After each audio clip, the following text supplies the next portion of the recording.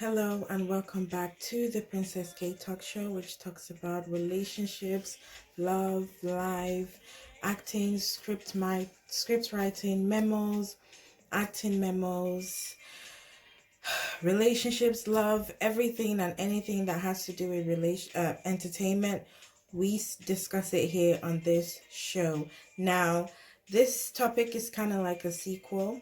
And the sequel meaning like I already discussed on the topic, but I just wanted to expand more on it so you can be able to get more understanding. This topic is just about having a blissful marriage and how to avoid toxic homes and toxic relationships, and to kind of like follow a guideline. There's a guideline and there's a discipline to marriage and relationships, and we don't all know it, unfortunately. And sometimes we don't research it. Sometimes we don't even go counseling, marriage counseling, therapy. We don't even do any of that. We don't even try and fix ourselves before we get into the marriage so that our weaknesses doesn't affect our relationship. So I'm going to make 3 points on how to have a blissful home. Okay. Point 1 is that everyone you meet has a weakness. Only God doesn't have any weaknesses. Okay. So if you focus on your partner's weaknesses, you won't be able to get the best out of their strengths. So the strengths meaning things that they're good at, things that it's very good that complements them, and the weaknesses is some things that they do wrong, their habits and the way of life. So while we're focusing on our strengths and building it up, let's also focus on our weaknesses as well. Both of you can sit down and discuss how both of you can go to therapy, different kind of things that both of you can do to work on your weaknesses, and that would also bring that would be a different level of intimacy, and that would be really nice. So the second point I want to make is everyone has a dark history. Okay, every single person you meet, even if it's just friendship and not relationship, everybody has a dark past, things that they've done wrong that they're not proud of, but they've learned from it and moved on.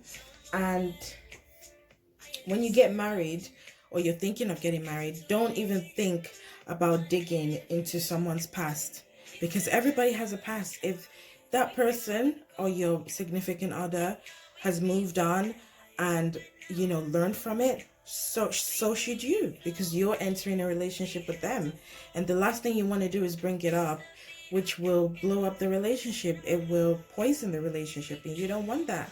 So the best thing to do is to forgive. And sometimes it's you can't forget, but when you remember, if you don't feel pain when you remember, then you have healed from it. But if you still feel pain and you remember it, the most helpful thing to do, which I do, is that I remind myself that I have forgiven that person, because your emotions will take time to catch up with your heart and your head and what's right.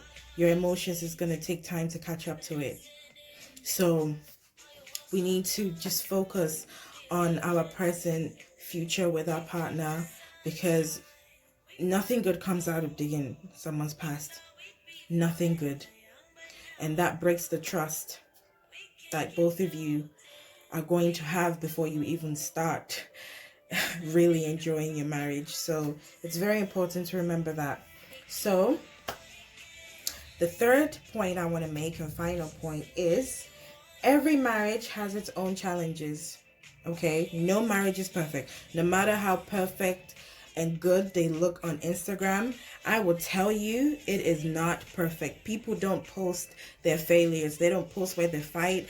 They don't post when they say bad things about each other. They don't post where these 4 walls of our house.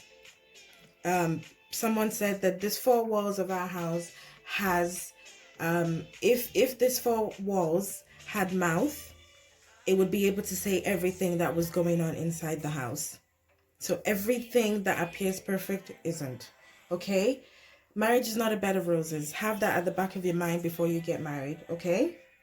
And then every marriage goes through its own tough times, blazing fire, and it depends on how you both of you act during that challenge that would determine how, whether you guys are still, whether your relationship is still going to be strong the the tough times. So if your relationship don't survive, it means that it was your attitude during that trial and tribulations. And most of us, we get it wrong at this time, and it's a tricky time. That's why if you have a love at your foundation, anything that hits the relationship or that rocks the relationship, I can guarantee you that it will still stand, because love is at the rock, and love never fails. God is love, so love never ever fails.